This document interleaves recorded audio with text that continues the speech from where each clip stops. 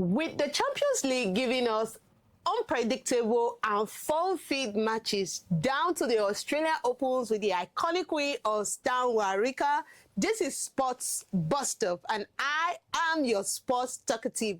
I am not alone. I'm here with my fellow Egyptian, an Egyptian, because the last time she said she was rooting for Mo Salah. I thought we have gone past that. No way. Can't you forgive? I let you go. No way. My name is Nengi Enes Ademola. Welcome to Sports Busstop.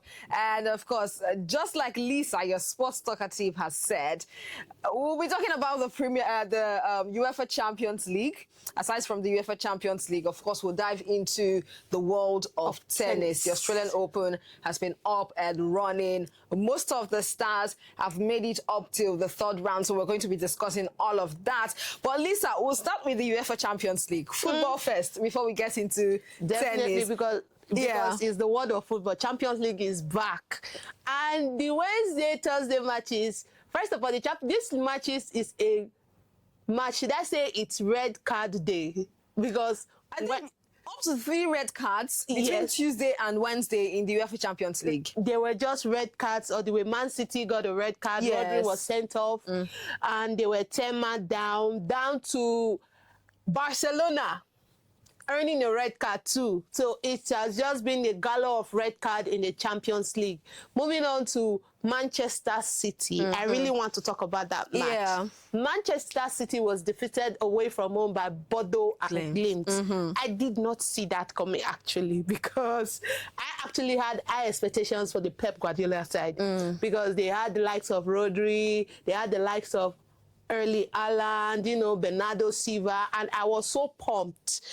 But then again, my club, Manchester United, beat them over at the weekend, so I just felt that it was a psychological thing. Well, that's actually the reason why I wasn't so pumped as it concerns Manchester City in the UEFA Champions League, in their UEFA Champions League game. Yeah. That was on Tuesday. I was not so pumped, although you would have looked at it and said, well, Manchester City to go through, Manchester City to win this. But looking at what happened against that game, looking at what happened in the game against Manchester United, that Manchester United game against City, it would have been 4 to 5 goals. 7 goals, actually. If not for the ones that, were ruled 3 off. were disallowed, actually. Exactly. 3 goals disallowed for Manchester United.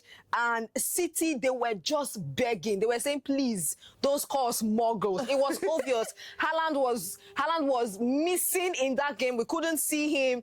In fact, the whole thing, it was so disturbing for them. But then again, coming into the UEFA Champions League and looking at it that it's Bodo Glimt they are playing, one would have expected that, of course, they would have been able to put that loss against Manchester United behind them and come all out in this game. But the reverse was the case. 3-1 in favor of Bodo Glimt. Czechia who scored that goal. In fact, that just wasn't enough to redeem them. That just wasn't enough for them to fight for a comeback. Then the red card also. That was really, I did not see that red card coming, although it was a well-deserved red card, because Rodri's tackle was, it was an act of frustration for the team or something. But moving on from Man City, Napoli, former Manchester United player Scott McTominay is on fire on Napoli. The likes of Scott McTominay and Rasmus Højlund are on fire in Napoli, and I'm like, where was this guy in Manchester United? Like, what happened? Anyways, Napoli, Copenhagen had a 1-1 draw. Yes. And there was also a red card. Exactly. There was a red card in that game. And Copenhagen missed a penalty. They missed a penalty shootout. Like, they got a penalty, but unfortunately, the player, I don't know what he was playing, Sha, because even me, I was like, bro, what did they do you? Like, what did they do? But good one for Napoli anyways. A 1-1 win on Wednesday. So, moving on to our Victor Osimhen side, Galatasaray. It was also a 1-1 draw. Of course, but Victor Osimhen was not on, the scorer sheet. Talking about that game that was played on Wednesday. Yes, of course, it was Llorente that scored that goal, but it was an own goal. Own goal, exactly. Actually. Own goal from the player from Atletico Madrid. Simeon also scored very early on. We had 2 early goals in this game. Atletico Madrid scored in the 4th minute, while the own goal for Galatasaray came on in the 20th minute. And of course, it ended in a 1-1 draw. But let's go back to Tuesday and talk about Arsenal. Yeah. Because I think that Premier League clubs are powering ahead in the Champions League. Actually, we have about 5 top-flight European clubs who have been able to at least advance. Arsenal is topping. Liverpool, Newcastle are also doing the Lord's work. Tottenham Hotspur, thank you, also doing the Lord's work. But Manchester City, of course, has to struggle. They have to struggle. Yes, they have to make sure that they live up to the billing. Else, but for the most of course, they're in the playoffs already. Yeah, I forgot to mention, they're in the playoffs. So let's see how they want to, swim out of the playoffs. I just and hope, get something. And this is very frustrating for Pep Guardiola right now in Man City. But for Arsenal, for me, this season for Arsenal has been an unbelievable season. I mean, Arsenal has been powering on. And I believe in this Champions League, they have been on an unbeaten run streak. And it has been very wonderful for Arsenal. I mean, 3-1 against Inter Milan. 3-1. Gabriel Jesus was 2 goals, and Victor Gyökeres had to just be on the scoreboard in the Champions League goals for Arsenal, which was a very wonderful one for Arsenal. I mean, I think the long-awaited victory that Arsenal has been looking forward to is getting very closer for them. And Mikel Arteta has been doing a fantastic job. And I want to applaud the management of Arsenal for standing firmly behind Mikel Arteta and just giving him the free reins to build a formidable team. And right now, they are just shaking the world of Europe and the world of England right now. Well, hopefully, I think they keep it up. Because it's not that we will talk all these ones. At the end of the day, they do not win. They will not go and bottle it. They will now bottle it as usual. So hopefully, fingers crossed, when it comes to Arsenal, I do hope, in fact, the very one in sight, which is the Premier League, I do hope that they grab it. Actually, I hope they grab it. Well. I'm not a fan, but I will be very elated for them to grab it. Then defending champions, PSG, lost to Sporting CP away from home 2-1. The Luis Enrique side, they dropped points in the UEFA Champions League, and unfortunately they lost to Sporting CP 2-1 away from their French home. I don't know if it was the away effect or being jet lag or something, but I actually had high hopes for them in defending their champion. And moving on to Real Madrid. Real Madrid is on fire. Kylian Mbappe is on fire for Real Madrid. And there was an own goal too. Yeah, in that game. I think the guy was just like, all score na score. If I score for my club, make I score for Real Madrid. Anyone that scored, he added and they won 6-1. 6-1. Moving down to Barcelona. Also running riots the other day. Actually, but although Rafinha was not on the scoreboard, but Lewandowski, his name is Lewandowski, but aka Lewandowski. It's surprising. He scored a goal for Barcelona and committed own goal. Committed own goal against his side, to give Slavia Prague the second goal. Actually, it was just like, make I just dash them one. I think because the goals were just getting too much. And Bayern Munich, the German machines, they head on to their ground and they are just scoring goals. And unfortunately, Harry Kane was on the scoreboard scoring a brace. Unfortunately, he missed one penalty and there was a red card. When Harry Kane was in England, right, they said he's a Finnish player in Tottenham also, but getting to the Bundesliga, he has been on fire.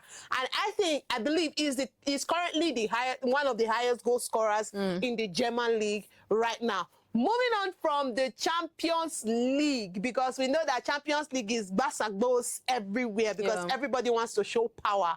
We are moving on to the Australian Opens. And just coming in is Stan Wawrinka, who has announced previously that this is going to be his last season in the Australia Opens.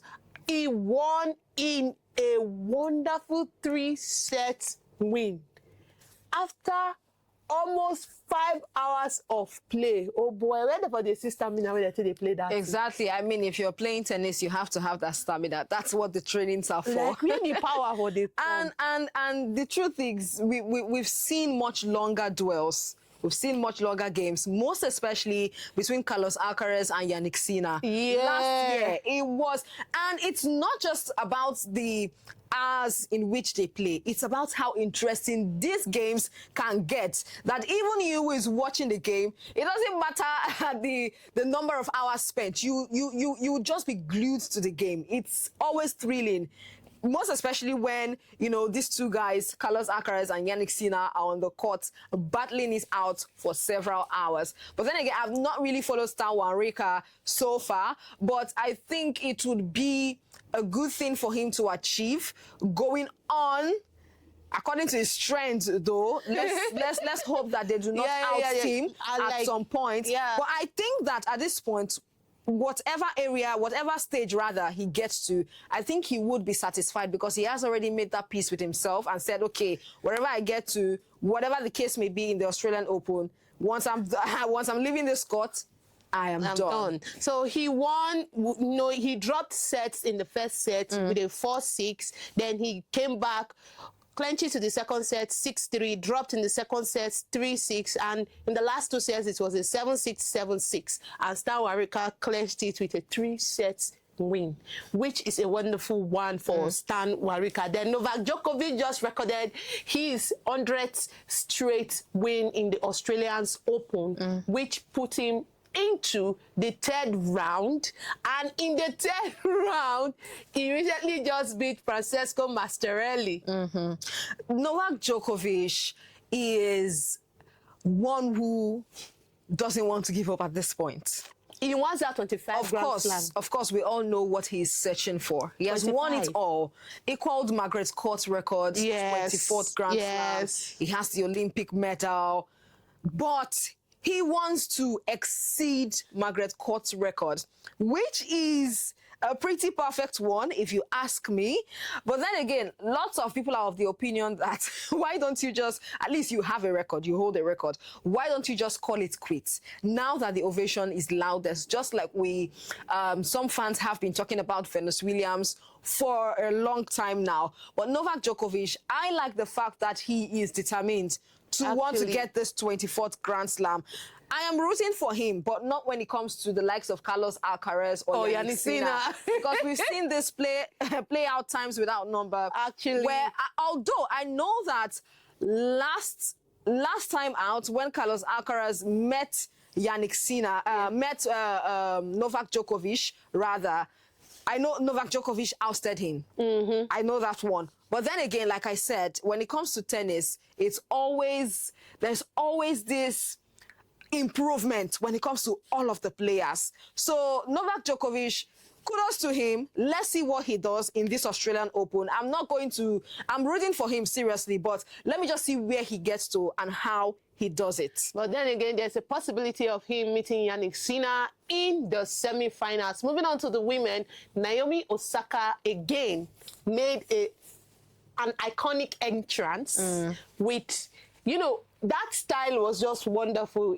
According to her, she made the design and Nike brought it to life with a heart, a butterfly umbrella. There was a butterfly on her heart and a veil. That was an iconic entrance, and she alluded that feat to our 2021 Australia Open where she won with the butterfly that came.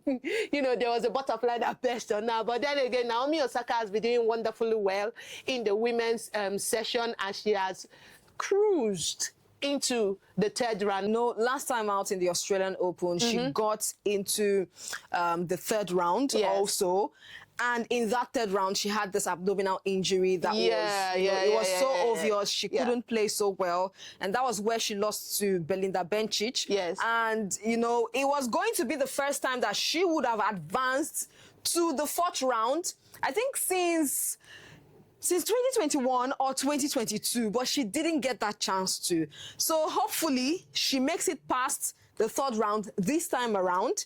advance, get to the fourth round, because we want to see that Naomi Osaka back fully. I want to see her on a roll this time around. And what an iconic way to step on the court, honestly. The Australian Open is one way, is one Grand Slam where you see some of these players actually come out as fashionistas, and they do it so well. Naomi Osaka made that place, that court, our entrance, a runway, and she did you see her strut? Like, she came in gently, like she came a runway model. Do you understand? So yes, I seriously hope that she performs even much more better than she did in the 2025 Australian Open, because she needs it for her confidence. And then Arina Sabalenka, of course, is on a winning run, on a winning streak. The likes of Iga Swiatek, Coco Gauff, they have all advanced to the third round.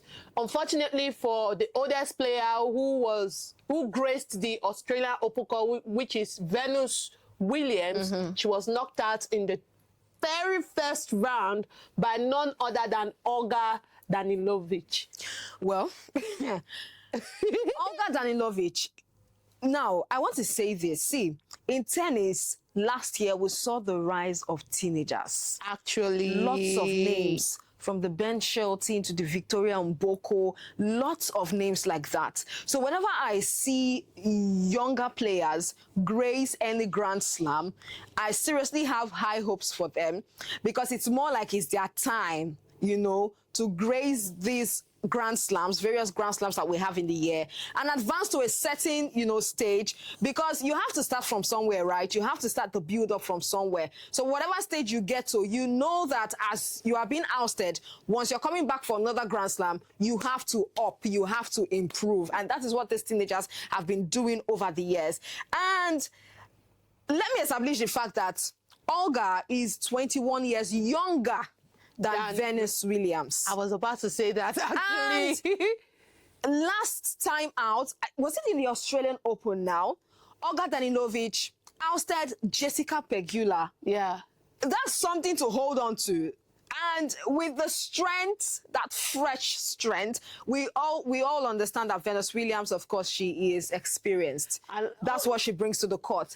But I think at some point, age will catch up with you, and you will not be able to be as fast as the younger ones. Actually, for me, I just feel it's a time for her to just, you know, retire and enjoy the applause. She has done well. 7-time Grand Slam winner. She has done well, but she is not satisfied. I think she wants to play to a certain age on that court before she retires. So there's nothing you want to say. And also, she's out of the doubles as well. Herself and Ekaterina Alexandrova. Ekaterina Alexandrova, they bowed out in the first round as well, losing to Jacques Mont and Colombia's Emiliana Arango in a 6-3, 6-4 set.